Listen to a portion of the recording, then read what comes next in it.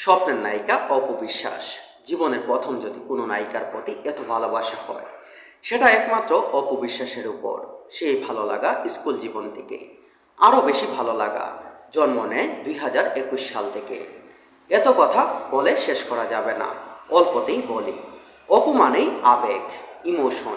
কিন্তু ফেসবুকে এসে অপুকে নিয়ে লেখালেখি করি 2021 সাল থেকে। আর সেই থেকে পাগলামি, কত কিছুর সম্মুখীন হয়েছি বুবলির ভক্তদের কাছে, তবুও লিখেছি এলোইস অপু বিশ্বাসের পক্ষে। কিন্তু এখন মাঝখানে যা করছে সহ করা যাচ্ছে না। এগুলো যেমন অতীতে সবার জীবনেই থাকে, তাই বলে কেউ কি অতীত নিয়ে পড়ে থাকে? সাকিব সাকিব করতে করতে নিজেকে কতটা সস্তা বানিয়েছেন সেটা হয়তো নিজেও জানে না অপু বিশ্বাস। জানলে এমনটা করতো না।